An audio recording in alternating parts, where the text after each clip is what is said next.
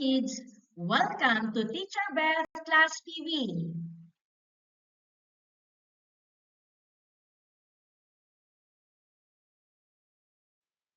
Science 5 Summative Test Reviewer, 4th Quarter, Part 1. Here are the topics: landforms and bodies of water, rocks and the rock cycle, weathering, erosion and deposition, and water cycle. Landforms and bodies of water. Identify what is being described in each sentence. You may also write your answer in your notebook. 1. A natural landform that reaches high elevations. Mountain. 2. The highest peak in Luzon. Mount Pulag. 3. The mountain range where Mount Pulag is located. Cordillera Central. 4. The highest mountain in the Philippines, found in Mindanao. Mount Apo. 5. A low area found between hills or mountains. Valley. 6. Part of the Earth's surface made up of natural features like mountains and plains. Landforms.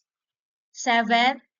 A flat landform with very little difference in elevation.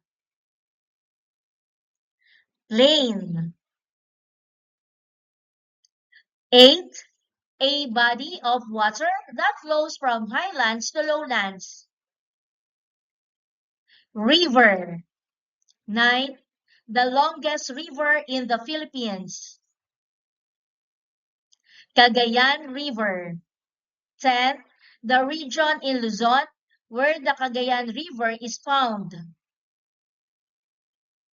Cagayan Valley. 11. The place where land meets the sea or ocean. Coastline. 12. The type of valley formed mainly by rivers. V-shaped valley. 13. The type of valley formed by glaciers. U-shaped valley.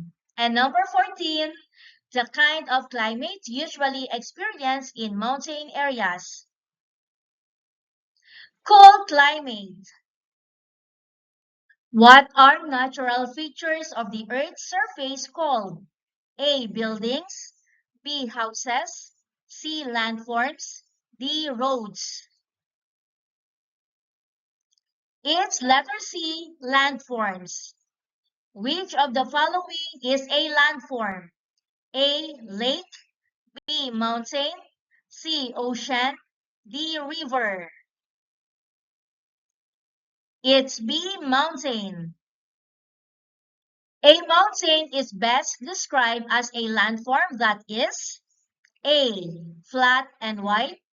B. Low and narrow. C. Always near the sea. D. Reaches high elevations. It's D. Reaches high elevations. Why is the temperature cooler in mountain areas? A. Mountains are near oceans. B. Air is cooler at higher elevations. C. Mountains receive less sunlight. D. There are fewer people. The answer is B. Air is cooler at higher elevations. What mountain range in Luzon is home to Mount Pulag? A. Sierra Madre. B. Caraballo Mountains. C. Cordillera Central. D. Zambales Mountains. It's letter C. Cordillera Central. Valleys are usually found A. Near oceans. B. Between mountains or hills. C. On top of mountains. D. Under the sea. It's letter B. Between mountains or hills. What natural process mainly forms valleys? A. Erosion. B. Evaporation. C. Condensation. D. Freezing. It's A. Erosion. Valleys between older mountains are usually wider because A. They have more rain. B. Rivers flow faster. C. They are closer to the sea. D. They have more time to erode. The answer is D. They have more time to erode. Which landform is flat with little difference in elevation? A. Hill. B. Mountain. C. Plain. D. Valley. The answer is C. Plain. Which body of water flows from highlands to lowlands? A. Lake. B. Ocean. C. River. D. Sea. It's letter C. River. What is the longest river in the Philippines? A. Agno River. B. Cagayan River. C. Pampanga River. D. Pasig River. It's letter B. Cagayan River. A coastline is the place where A. Rivers meet rivers. B. Land meets the sea. C. Mountains meet plains. D. Valleys meet hills. The answer is B. Land meets the sea. Which of the following is found along coastlines? A. Beach. B. Desert. C. Plateau. D. Volcano. It's A. Beach. Why are many towns built near rivers and coastlines? A. The land is always high. B. The climate is very cold. C. There are no mountains nearby. D. Water is useful for living and work. The answer is D. Water is useful for living and work. Which activity can be done in rivers and coastlines? A. Mining. B. Farming. C. Boating. D. Mountain climbing. It's letter C. Boating. Which is the highest peak in Luzon? A. Mount Arayat. B. Mount Apo. C. Mount Pinatubo. D. Mount Pulag. The answer is Mount Pulag D. Which type of valley formed by long periods of erosion? A. L-shaped valleys. B. U-shaped valleys. C. V-shaped valleys. D. Flat valleys. The answer is flat valleys D. Which is the highest mountain in the Philippines? A. Mount Arayat. B. Mount Apo. C. Mount Pinatubo. D. Mount Pulag. It's letter B. Mount Apo. Rocks and the rock cycle. Identify what is being described in each sentence. You may also write your answer in your notebook. 1. The outermost layer of the earth where rocks are found. Crusts. 2. The push and pull force that causes rocks to change shape and volume. Stress. 3. Hot molten rock found beneath the Earth's crust. Magma. 4. Rocks form when magma cools and hardens. Igneous rocks. 5. Small pieces of rocks, shells, or remains of plants and animals. Sediments. 6. Rocks form from sediments pressed together over time. Sedimentary rocks. 7. These are solid materials found naturally on Earth.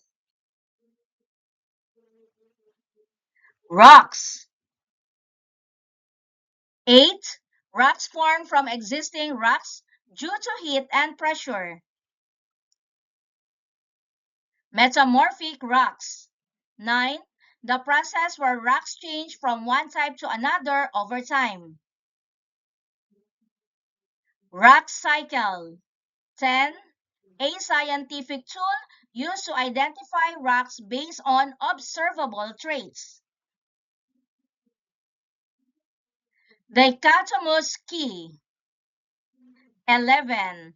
This is a hot liquid rock found below Earth's crust that contains dissolved gases. Magma. And 12.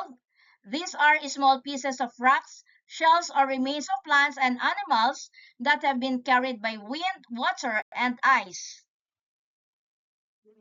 Sediments. Rocks found on Earth's surface are part of which layer of the Earth? A. Mantle, B. Core, C. Crust, D. Atmosphere. It's C. Crust. What do you call the push and pull force that causes changes in rocks? A. Weathering, B. Stress, C. Erosion, D. Deposition. It's letter B. Stress. Which of the following best describes magma? A. Solid rock on Earth's surface. B. Melted rock found beneath the Earth's crust. C. Small rock particles carried by water. D. Cooled lava on land. The answer is melted rock found beneath the Earth's crust. B. Igneous rocks are formed when A. Sediments are pressed together. B. Rocks change due to heat and pressure. C. Magma cools and hardens. D. Shells and plants decay. It's C. Magma cools and hardens. Which igneous rock has large crystals? A. Basalt, B. Shale, C. Granite, D. Sandstone. It's letter C. Granite. Which material is an example of sediment? A. Magma, B. Lava, C. Marble, D. Sand. It's D. Sand. Sedimentary rocks are formed mainly by A. Cooling of magma, B. Pressing together of sediments, C. Melting of rocks, D. Volcanic eruption. The answer is B. Pressing together of sediments. Which rock usually shows layers? A. Igneous rock, B. Metamorphic rock, C. Sedimentary rock, D. Volcanic rock. The answer is sedimentary rock C. Which of the following is a sedimentary rock? A. Basalt, B. Granite, C. Marble, D. Limestone. It's D. Limestone. Metamorphic rocks are formed because of A. Wind and water, B. Heat and pressure, C. Weathering only, D. Volcanic eruption. It's letter B. Heat and pressure. Limestone changes into marble through A. Erosion, B. Weathering, C. Sedimentation, D. Metamorphism. It's D. Metamorphism. Which rock is formed when magma cools quickly? A. Granite, B. Marble, C. Basalt, D. Sandstone. The answer is C. Basalt. What scientific tool is used to identify rocks based on observable traits? A. Microscope. B. Thermometer. C. Dichotomous key. D. Rock hammer. It's dichotomous key C. What process breaks rocks into smaller pieces? A. Deposition. B. Erosion. C. Weathering. D. Compaction. The answer is C. Weathering. What happens to metamorphic rocks under intense heat? A. They become sediments. B. They turn into magma. C. They become soil. D. They remain unchanged. The answer is B. They turn into magma. Sedimentary rocks are usually arranged in A. Layers. B. Scattered. C. Sequence. D. Mixed together. It's A. Layers. Write true if the statement is correct. If the statement is false, underline the incorrect word or phrase. Then write the correct answer that will make the statement true. You may also write your answers in your notebook. Number 1. Rocks found on Earth's surface are part of the mantle. It's false. The incorrect word, mantle. The answer is crust. Number 2. Stress is the push and pull force that acts on rocks. True. 3. Magma is molten rock found beneath the Earth's crust. True. 4. Sedimentary rocks are formed when magma cools and hardens. It's false. The incorrect word is sedimentary. The answer is igneous. 5. Sediments are large solid rocks found deep underground. It's false. The incorrect words, large solid rocks. The answer should be small pieces of rocks. 6. Metamorphic rocks are usually formed in layers. It's false. The incorrect word, metamorphic. It's sedimentary. Number 7. Marble is an example of a sedimentary rock. It's false. The incorrect word is sedimentary. It's metamorphic. 8. Heat and pressure can change rocks into metamorphic rocks. True. 9. Intense heat can melt metamorphic rocks into magma. True. And number 10. The rock cycle shows that rocks never change their form. It's false. The incorrect words, never change their form, because rocks can change from one type to another. Weathering, erosion, and deposition. Identify what is being described in each sentence. You may also write your answer in your notebook. Which process refers to the formation of tiny pieces of broken rocks? A. Deforestation. B. Deposition. C. Erosion. D. Weathering. It's D. Weathering. A rock was broken down into rock fragments, but its composition was not changed. What process caused this? A. Chemical weathering. B. Erosion. C. Mechanical weathering. D. Reaction to acids.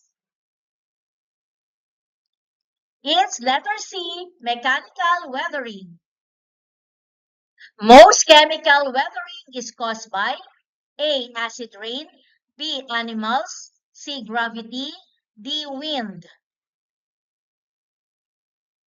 The answer is acid rain A. Which of the following helps prevent erosion? A. Gravity. B. Oxidation. C. Running water. D. Planting of crops. It's D. Planting of crops. The surface of a mountain changes because its soil is carried away by wind and water. What causes this change? A. Erosion. B. Frost. C. Oxidation. D. Weathering. The answer is erosion A. When gravity pulls loosened rocks down mountain cliffs, blank takes place. A. An earthquake. B. An erosion. C. A landslide. D. A volcanic eruption. The answer is a landslide C. On a rainy night, a flash flood and landslide occurred which affected a town in Leyte. What could be the cause of the landslide? A. The soil in the area had become saturated with water. B. There were too many trees in the area which increased the risks. C. The area experienced deforestation which caused the soil to loosen. D. The presence of mountains in the region contributed to the disastrous event. The answer is A. The soil in the area had become saturated with water. Chemical weathering can result in A. Earthquakes. B. Landslides. C. Volcanic eruption.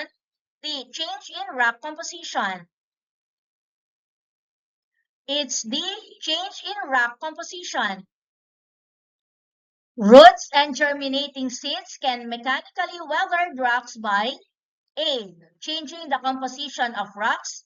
B. Causing rocks to roll down the slopes. C. Causing cracks and splitting the rocks. D. Changing the colors of the minerals in rocks. The answer is causing cracks and splitting the rocks, C. Which of the following is a method for controlling soil erosion? A. Watering plants. B. Painting of walls and statues. C. Planting vegetables and trees. D. Dumping of garbage in canals. The answer is C. Planting vegetables and trees. Which process breaks rocks into smaller pieces without changing their composition? A. Erosion. B. Deposition. C. Chemical weathering. D. Mechanical weathering. The answer is mechanical weathering D. What agent of weathering causes frost wedging? A. Wind. B. Ice. C. Plants. D. Animals. It's B. Ice. Which process involves the movement of soil and rock particles from one place to another? A. Weathering. B. Deposition. C. Erosion. D. Oxidation. It's letter C. Erosion. Which of the following is an example of deposition? A. Rocks breaking due to heat. B. Soil carried by river water. C. Sand forming along beaches. D. Roots cracking rocks. It's C. Sand forming along beaches. Which substance causes oxidation in rocks? A. Carbon dioxide. B. Water. C. Oxygen. D. Acid. It's letter C. Oxygen. Which human activity helps reduce soil erosion? A. Mining. B. Deforestation. C. Planting trees. D. Quarrying. It's C. Planting trees. Acid rain is an example of what type of weathering? A. Mechanical. B. Physical. C. Chemical. D. Biological. It's chemical, letter C. Which process completes the sequence? Weathering, erosion, and A. Oxidation. B. Landslide. C. Deposition. D. Volcanism. It's C. Deposition. Identify whether the process being described is weathering, erosion, or deposition. You may also write your answers in your notebook. Number 1. Rocks crack and break into smaller pieces due to changes in temperature. Weathering. 2. Soil is carried away from a farm by flowing rainwater. Erosion. 3. Sand is laid down along the shore forming a beach. Deposition. 4.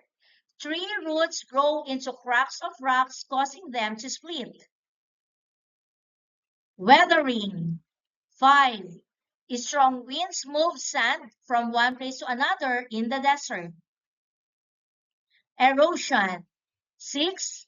Acid rain changes the color and composition of rocks. Weathering. 7. Soil and rocks accumulate at the bottom of a cliff. Deposition. Number 8. Sediments settle at the bottom of a river when water slows down. Deposition. 9. A river carries soil and small rocks downstream. Erosion. 10. Layers of soil build up at the mouth of a river forming a delta. Deposition. Number 11. Rocks break apart when water freezes inside their cracks. Weathering. 12.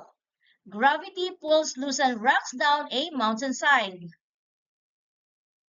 Erosion. 13. Wind drops sand particles when it loses speed.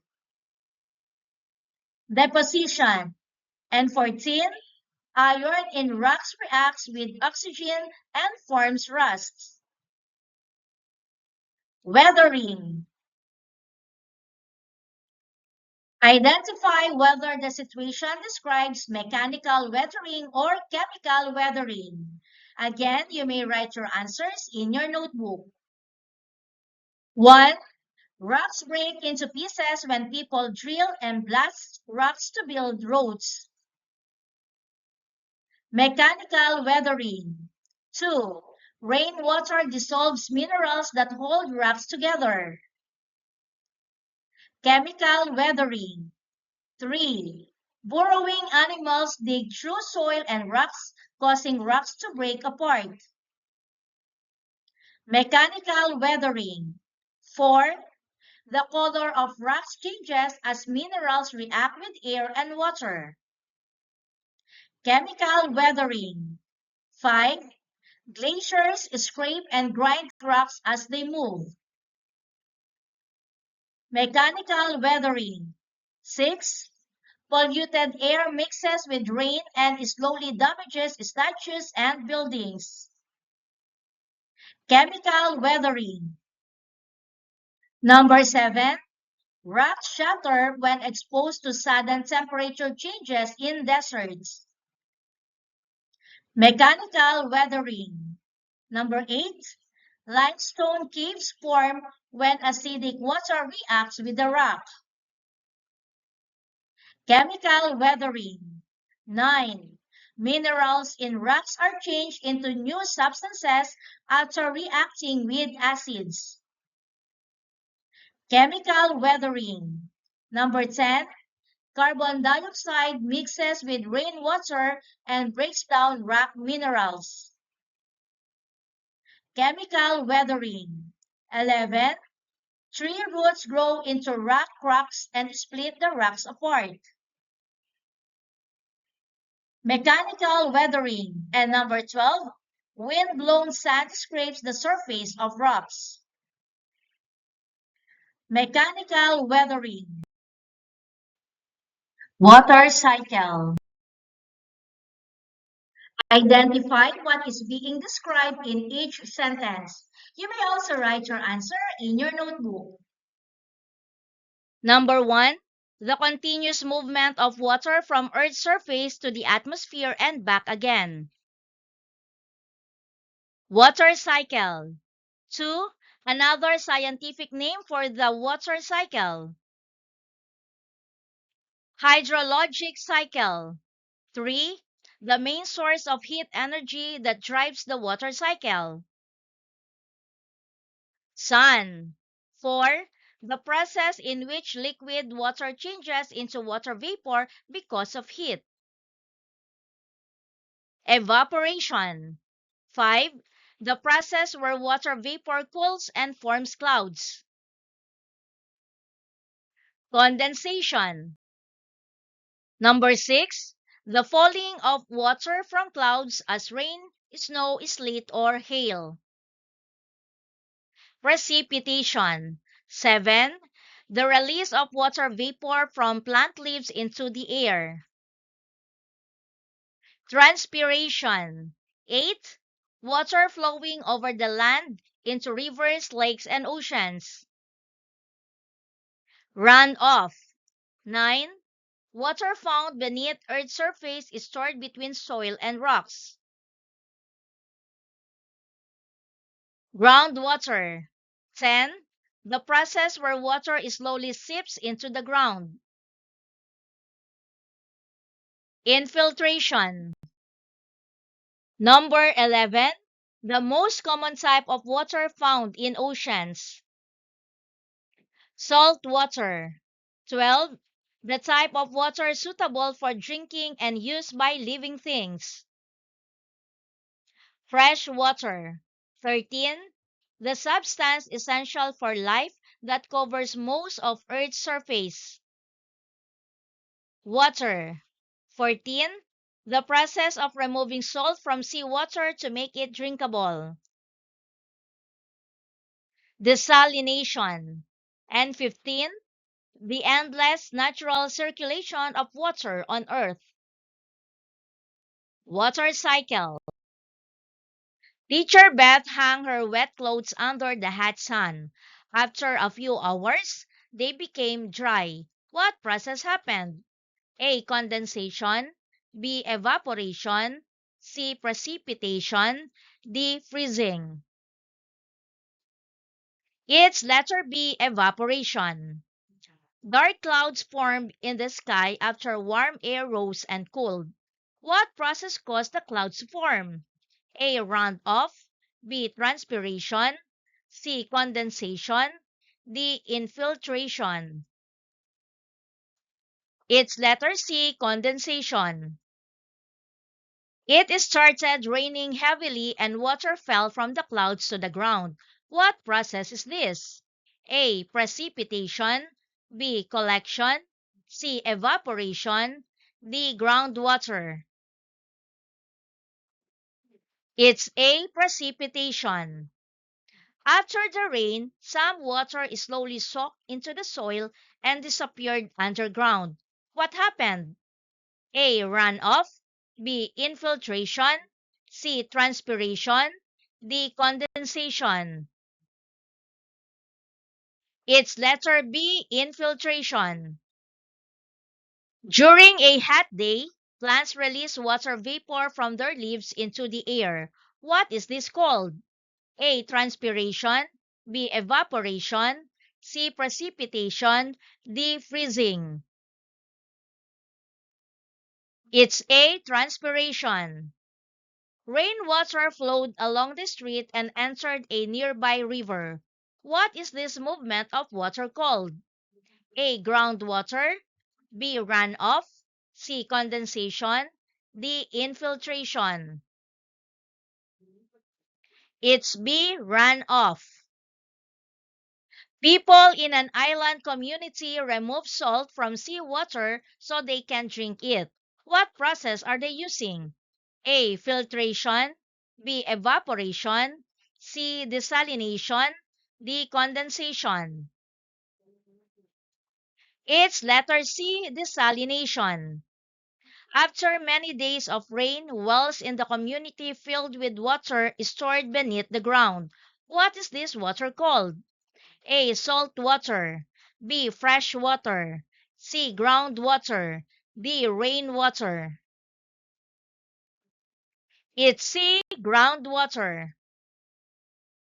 A puddle of water disappeared after several hours of sunlight. Where did the water go? A. It froze. B. It became water vapor. C. It turned into soil. D. It flowed underground. The answer is B. It became water vapor. Snow on top of a mountain melted and flowed into streams and rivers that returned to the ocean. This shows which idea? A. Rock cycle. B. Life cycle. C. Water cycle. D. Energy cycle. The answer is C. Water cycle. Study the picture carefully. Label the main processes of the water cycle. You may also do this activity in your notebook.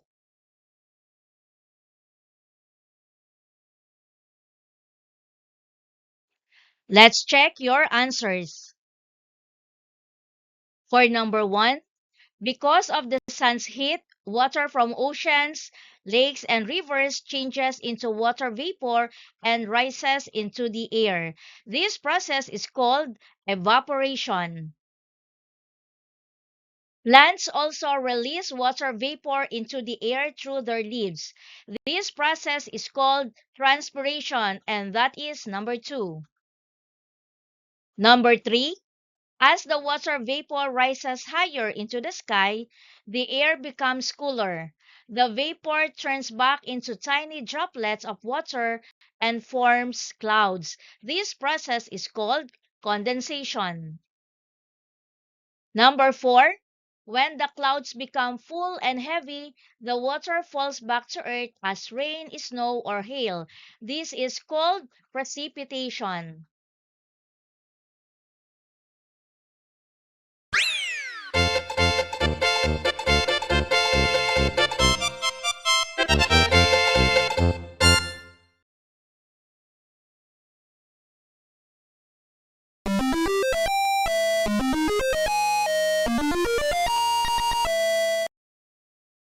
Thank you for joining me. Let's learn, play, and grow together. Teacher Beth Class TV. Subscribe, like, and share. Thank you.